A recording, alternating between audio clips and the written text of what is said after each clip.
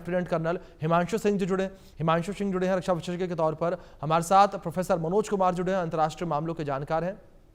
आप दोनों मेहमानों का बहुत स्वागत है। और इस चर्चा की शुरुआत सबसे पहले मनोज जी मैं आपसे ही करना चाहूंगा। मनोज जी, अगर इस पूरे विषय को देखें हम, जिस तरीके से पाकिस्तानी सरकार जो है वो अपने पूरे संवैधानिक ढांचे में बदलाव करने जा रही है केवल और केवल इसलिए कि आसिम मुनीर को एक्सटेंशन मिल सके, आप किस तरीके से इस पूरे विषय को देख रहे हैं? क्या आपको लग रहा है कि आसिम मुनीर इतना हावी हो चुके हैं सरकार के ऊपर कि सरकार को दबाव में आकर इस तरीके का फैसला लेना पड़ रहा है? देखिए अभिषेक जी, आसिफ मुनीर की जो ये रणनीति है ये बेसिकली ऑलरेडी एग्जीक्यूशन के लगभग अंतिम पायदान पे है। क्योंकि आप देखिए पूरे वर्ल्ड पॉलिटिक्स में जिस तरीके से अमेरिका और चाइना के साथ दोनों के बीच में जो सैंडविच बनने का काम पाकिस्तान कर रहा है, तो आप इसी से अंदाजा लगा सकते हैं कि ऑपरेशन सिंदूर के बाद से जिस तरीके से पाकिस्तान में जो इंटरनल पॉलिटिकल अनरेस्ट जो खड़ा हुआ है वो कहीं ना कहीं इन दोनों के ऊपर ही खतरे की घंटी मंडरा रही है। और उसी से बचने के लिए राजनीतिक स्थिरता के नाम पे, पॉलिटिकल स्टेबिलिटी के नाम पे, वहां की अर्थव्यवस्था को सुनिश्चित करने के नाम पे, क्योंकि दूसरी तरफ आप देखिए इमरान खान को जिस तरीके से सुप्रीम कोर्ट से लगभग उनको 8 मामलों में जो उनको बेल मिला है, और जिस तरीके से वहां के सपोर्टर्स और पीटीआई के जो पॉलिटिकल एक्टिविस्ट है जिस तरीके से रोड पे उतर के प्रोटेस्ट शुरू कर रहे हैं, तो कहीं ना कहीं इन लोगों की स्थिति एक तरीके से सिविल के बीच में एक तरीके से डिटोरिएट हो रहा है। तो मुझे लगता है कि उसी को ध्यान में रखते हुए, क्योंकि नवाज शरीफ ऑब्वियस है कि वो पाकिस्तान में नहीं है, लेकिन बाहर से बैठ के जिस तरीके से वो अपने पाकिस्तान को कंट्रोल करना चाहते हैं अपने बेटी मरियम के माध्यम से और अपने ब्रदर शहबाज शरीफ के माध्यम से, और मुनीर को अभी जिस तरीके से एक तरीके से हम सब जानते हैं कि वो उनका जो पॉलिटिकल हंगरनेस है जिस तरीके से, और वैसे भी पाकिस्तान का इतिहास रहा है कि वहाँ की सैन्य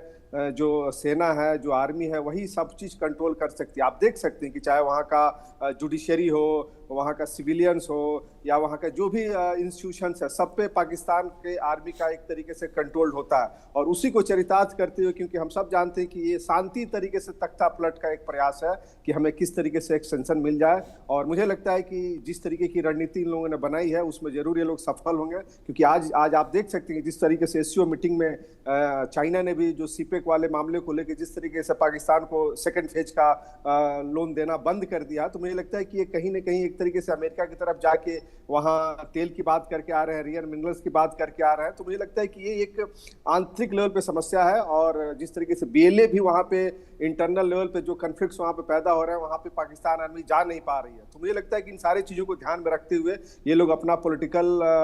पावर को एग्जीक्यूट करने के लिए इस तरीके का एक्सटेंशन लेने का काम कर रहा है। और मुझे लगता है कि ऑब्वियस है कि जब दोनों लोग मिल जाएंगे तो ये चीजें एग्जीक्यूट हो जाएंगी, क्योंकि हम सब जानते हैं कि पाकिस्तान में इंस्टीट्यूशन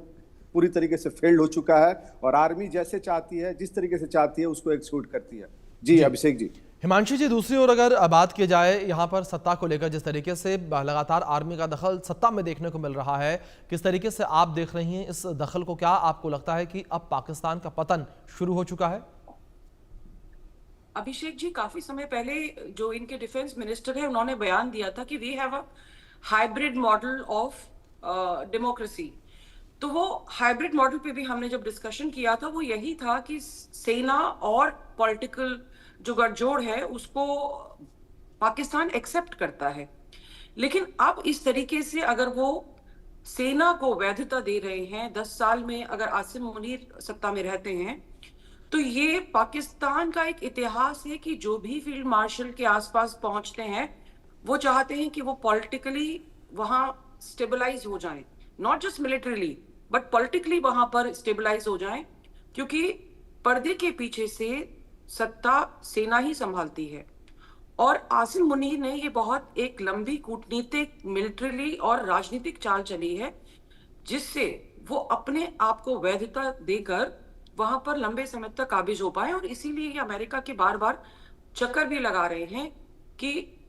सत्ता में अगर ये बने रहते हैं तो, क्योंकि मिलिट्री है वहां पर एक तरीके से कॉर्पोरेट हाउस चलाती है, क्योंकि अर्थव्यवस्था मिलिट्री ही कंट्रोल करती है। और इस तरीके से देखिए, जब पॉलिटिकल पावर भी इनको वैधता दे देती है, अमेरिका की तरफ से भी इनको कुछ सहयोग मिलता है, तो ये डेमोक्रेसी के लिए बहुत खतरे वाली बात है, और भारत के लिए स्पेशली। क्योंकि अगर सत्ता में आसिम मुनीर रहते हैं तो उनका एक नैरेटिव है कि हिंदुस्तान जो है पाकिस्तान के लिए खतरा है। अब ये हमारे लिए बहुत चिंता का विषय रहेगा कि पिछला जो हमने ऑपरेशन सिंदूर भी देखा है, तो वो एक नैरेटिव कायम करते हैं कि भारत अगेंस्ट है, और उस बिना पर ये अमेरिका से बहुत सारी आर्थिक मदद भी लेते हैं। और जी अमेरिका को ये क्रिप्टो करेंसी और अब जो नए इनके समझौते हुए हैं जिसमें कि मिनरल्स वगैरह भी ये अमेरिका को वहां निकालने देंगे, तो कहीं ना कहीं आसिम मुनीर ने अपने लिए एक बहुत ही मजबूत जमीन तैयार की है। और मरियम नवाज हो गए या शहबाज शरीफ हो गए या नवाज शरीफ हो गए, ये तो इनके प्यादे हैं, और इन प्यादों का इस्तेमाल करके ये अपने आप को मजबूत कर रहे हैं। लेकिन पाकिस्तानी जनता के लिए अब पाकिस्तान में सच में, जैसा आपने सवाल किया कि क्या खतरे की घंटी है, जनता के लिए वहां पर डेमोक्रेसी खत्म हो जाएगी। इमरान खान जो कोशिश कर रहे थे जेल से निकलने की, उनको बिल्कुल खत्म कर दिया जाएगा। तो भू राजनीतिक अगर परिप्रेक्ष्य में भी देखें तो पूरा जो एशिया है उसमें अब बहुत सारे बदलाव हमको देखने को मिलेंगे। जी मनोज जी, दूसरी ओर अगर इस पूरे हालात को समझें, क्या आपको लगता है कि यहाँ पर आसिम मुनीर जो है जल्द ही सत्ता जो है वो भी ओवरटेक कर सकते हैं? क्योंकि लगातार जिस तरीके की तस्वीरें इस वक्त पाकिस्तान में हमें देखने को मिल रही हैं, पहले आसिम मुनीर को जो है प्रमोट किया गया, उन्हें फील्ड मार्शल बना दिया गया, और पाकिस्तान जो कि जंग हारा उसके बावजूद, और अब जिस तरीके से यहाँ पर संशोधन करके 10 साल के लिए एक्सटेंशन दिया जा रहा है। देखिए अभिषेक जी, ये बिल्कुल आपने सही वक्तव्य रखा है, क्योंकि अभी जो चीज हमें मीडिया के सामने जो निकल के आ रहा है, ये सारी चीजें पे इन लोगों का पहले से ही प्लान चला आ रहा है। और उसी के तहत आप देखिए जिस प्रकार से मुनीर अमेरिका में ट्रंप के पास जाके बैठ के, और खास करके उनके व्यक्तिगत बिजनेस को बढ़ावा देने के लिए पाकिस्तान में शेल्टर देने का काम कर रहे हैं। और आप देखिए, आप देख सकते हैं कि किस तरीके से चाइना में भी जो उसका जो परेड था, जो विक्ट्री परेड था, उसमें भी दोनों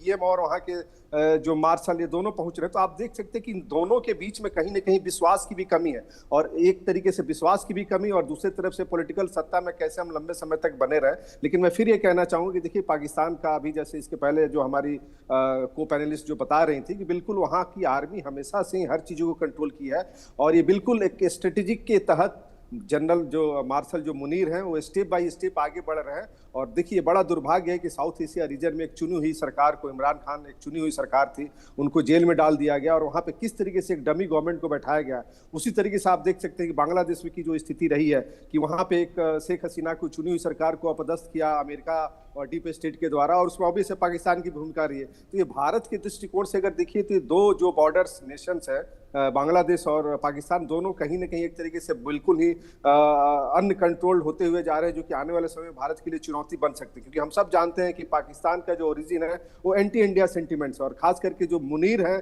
मुनीर का जो रेडिकलाइजेशन है, जो रिलीजियस, जो जिस तरीके का एक आर्मी के अंदर जो बढ़ावा देते हैं, मुझे लगता है कि आने वाले समय में बड़ा ही भारत के लिए भी एक चुनौती होगा। और मुझे लगता है कि इसमें भारत के दृष्टिकोण से भी, जो भारत की जो फॉरेन पॉलिसीज है या जो भी डिप्लोमेट्स है, उसको और अच्छे तरीके से कैसे टैकल किया जाए। और तीसरा जो इसमें सबसे इंपॉर्टेंट रीजन है, क्योंकि देखिए अभी तक चाइना ने लगभग जो फेज 1 के $50 अरब BRI के माध्यम से वहां पे इन्वेस्ट कर चुका है। और जिस तरीके से ये मुनीर और जाके अमेरिका में अमेरिका को एक तरीके से उसको लैंड का जिस तरीके से सौदा करके आया है कि हमारे यहाँ रेयर अर्थ मिनरल्स हैं, वहां तेल है, तो मुझे लगता है कहीं ना कहीं चाइना भी एक तरीके से इनके ऊपर प्रेशर बनाने का काम कर रहा है, और इसीलिए इन्होंने इनको सेकंड फेज देने की जो उसका जो वहां बलूचिस्तान में जो पैसा इन्वेस्ट करने का जो प्रोजेक्ट था उसको अभी रोक रहा है। तो मुझे लगता है कि पाकिस्तान एक तरीके से अमेरिका और चाइना के बीच में बुरी तरीके से फंस चुका है। और रही बात आंतरिक लेवल पे, तो इमरान खान जिस तरीके से उनके सपोर्टर्स निकल के आ रहे हैं, तो मुझे लगता है कि इसी सब चीजों को ध्यान में रखते हुए जनरल मुनीर ने अपना एक्सटेंशन बढ़ाने के लिए 2035 तक का एक प्लान बना रखा है, और जिसमें मुझे लगता है कि अगर ये सारी चीजें इन लोगों ने स्टेप बाय स्टेप कर लिया तो एग्जीक्यूशन ये लोग ऑलरेडी कर चुका होगा। जी जी हिमांशु जी, मैं आपसे ये भी समझना चाहूंगा कि जिस देश में इस तरीके से सरकार में जो सेना है उसका दखल रहता है, किस तरीके से सरकार चल पाती है? क्योंकि अगर बात पाकिस्तान को लेकर करें तो आर्थिक मोर्चे पर भी पाकिस्तान लगातार विफल है। तमाम अगर मुद्दों को लेकर बात करें तो पाकिस्तान कई मुद्दों में पीछे लगातार जाता जा रहा है। क्या यही कारण है क्योंकि सेना का दखल लगातार सरकार में देखने को मिल रहा है? अभिषेक जी, ये बहुत सिस्टमैटिक तरीका है अपनी जेबें भरने का। क्योंकि देखिए सरकार में जब इस तरह के लोग रहते हैं तो हमें लगता है कि वो लोकतंत्र विफल हो रहा है, और ये सच बात है कि लोकतंत्र विफल हो रहा है, क्योंकि जैसा मेरे को पैनलिस्ट बता रहे थे कि देखिए इमरान खान को जेल में डाल दिया, जिसको अगर जनता चुन रही है उसको आप जेल में बंद कर रहे हैं और कोशिश कर रहे हैं कि वो ऐसे मामलात में फंसे कि वो बाहर ही ना आ पाए। लेकिन क्योंकि पाकिस्तान में सत्ता जो है सेना के हाथ में रहती है, और ये शुरू से रहा है। देखिए 75 साल में कितने बार इन्होंने इंटरफेयर किया है जो इनकी पॉलिटिकल पावर्स हैं उनको, क्योंकि दुनिया को दिखाने के लिए आपका पॉलिटिक्स और डेमोक्रेसी का होना जरूरी है, लेकिन बिहाइंड द सीन सत्ता सेना ही कंट्रोल करती है। आसिफ मुनीर बहुत शातिर हैं और उन्होंने अपनी पावर को, सेना की पावर को एक अमली जामा पहनाने की कोशिश की है कि दुनिया की नजर में, अगर दुनिया में पाकिस्तान की डेमोक्रेसी को क्वेश्चन किया जाता है, अमेरिका जैसे देश जो हैं वही ज्यादातर इन चीजों में इंटरफेयर करते हैं, तो वहां से भी उनको वैधता मिल जाएगी। क्योंकि एक बार अगर इस तरह का कोई कानून पास हो जाता है और आसिफ मुनीर का कुर्सी पे बना रहना एक स्थायी समाधान हो जाता है, तो जो इन्वेस्टर्स अमेरिका की तरफ से या कहीं और से पाकिस्तान में आते हैं, तो उनको ये पता है कि हमारा एक मोहरा वहां पे बैठा हुआ है।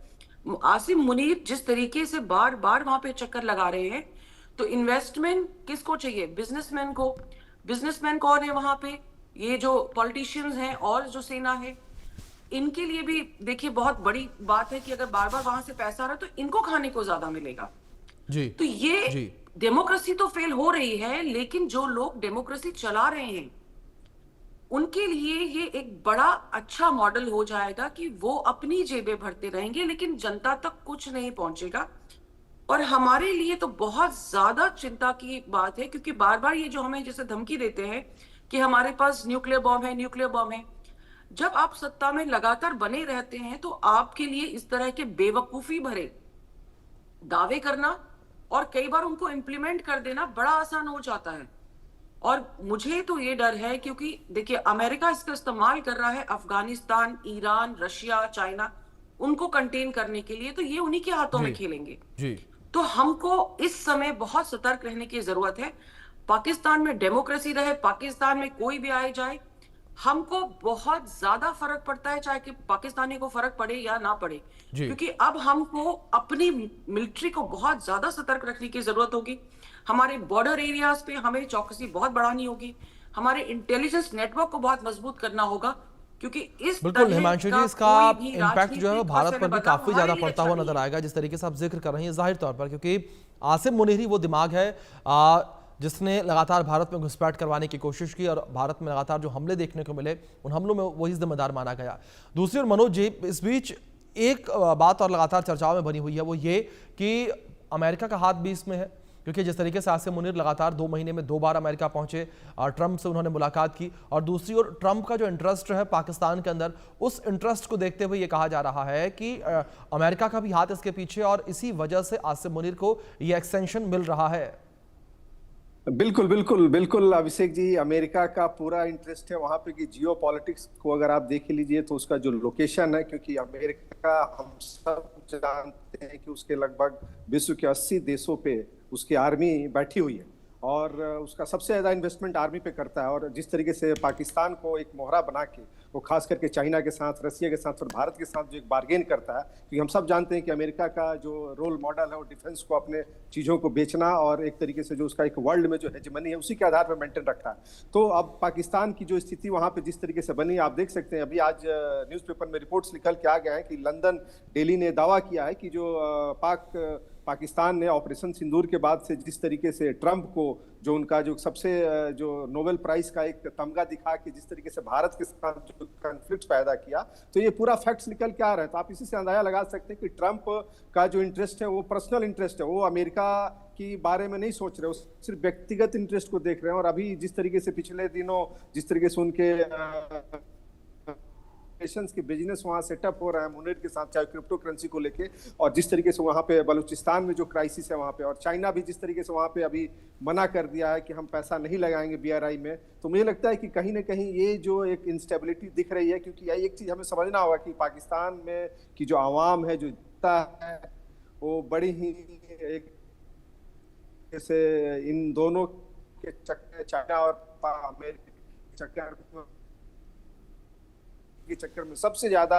सफर कितना डिटोरिएट कर चुका है, वहां पे जो इन्फ्लेशन है वो कितना ज्यादा बढ़ चुका है। तो मुझे लगता है कि इसी पॉलिटिकल अमेरिका भी इसमें पाकिस्तान को सपोर्ट कर रहा है, क्योंकि वो देख रहा है कि जिस तरीके से अभी एससीओ में मीटिंग में पूरे वर्ल्ड के लगभग 26 देश जिस तरीके से खड़े हुए, और आप समझ सकते हैं कि ये आइकॉनिक इसलिए हो जाता है क्योंकि पहली बार चाइना डिफेंस का किया है और ओपनली इस चीज को बोला है। और अभी बिल्कुल मनोज, जिस तरीके से आपने जिक्र किया कि लगातार अमेरिका का जो इंटरेस्ट रहा है वो पाकिस्तान में देखने को मिला है, और यही कारण है कि आसिम मुनीर को भी अब एक्सटेंशन मिलता नजर आ रहा है। हिमांशु जी, दूसरी ओर जिस तरीके से आसिम मुनीर को जो एक्सटेंशन मिल रहा है, इससे एक बड़ा खतरा जिस तरीके से आपने पहले जिक्र किया कि भारत के ऊपर लगातार बना हुआ है, लेकिन यहाँ पर आसिम मुनीर का जो आतंकी प्रेम भी हमने देखा है वो किस तरीके से भारत के लिए एक बड़ा खतरा पैदा कर सकता है? अभिषेक जी, आसिम मुनीर जो हैं काफी हद तक बहुत ही रेडिकलाइज्ड, मैं कहूंगी यूनिफॉर्म पहने हुए टेररिस्ट हैं जी, क्योंकि जिस तरीके से वो सपोर्ट करते हैं, और जब ऑपरेशन सिंदूर हुआ था जिसमें मसूद अजहर की जब फैमिली हलाक हुई थी, तो पैसा लेके इन्होंने किन को दिया था? 14 करोड़ रुपया। ये अगर उस तरह के टेररिस्ट आउटफिट्स को दे रहे हैं तो इनका आतंकवाद प्रेम तो जग जाहिर है। अब जो नर्सरीज हमने खत्म की थी, जो आतंकवादी ठिकाने हमने खत्म किए थे, वो दोबारा से आसिम मुनीर के वरदहत से फिर से फलते फूलते और बढ़ते हुए हमें नजर आएंगे। देखिए कितनी दोहरी नीति करते हैं। बलूचिस्तान में जो BLA है उसको ये आतंकवादी घोषित करा के अमेरिका से फंड लेते हैं, लेकिन जिनसे ये POK में हमला कराते हैं उनके ऊपर ये कार्रवाई नहीं करते हैं। तो ये बहुत शातिर हैं। ये जो इनको सूट करता है उन आतंकवादियों को ये पालते हैं, लेकिन जो आतंकवादी इन्हें सूट नहीं करते हैं उनको अमेरिका की मदद से खत्म करने की कोशिश करते हैं। विश्व को ये दिखाते हैं कि पाकिस्तान कोशिश कर रहा है कि आतंकवाद खत्म हो, लेकिन बहुत सिलेक्टिव आतंकवाद को एक खत्म करने का, एक दुनिया को जो दिखाने का एक ड्रामा करते हैं वो करते हैं, लेकिन पर्दे के पीछे से पाकिस्तान आतंकवाद की नर्सरी है जिसको अमेरिका ने भी माना है। और जी, अभी अगर TRF को बैन किया बिल्कुल, गया, आप हिमांशु जिस तरीके से आप भी जिक्र कर रहे हैं, अब देखने वाली बात यहाँ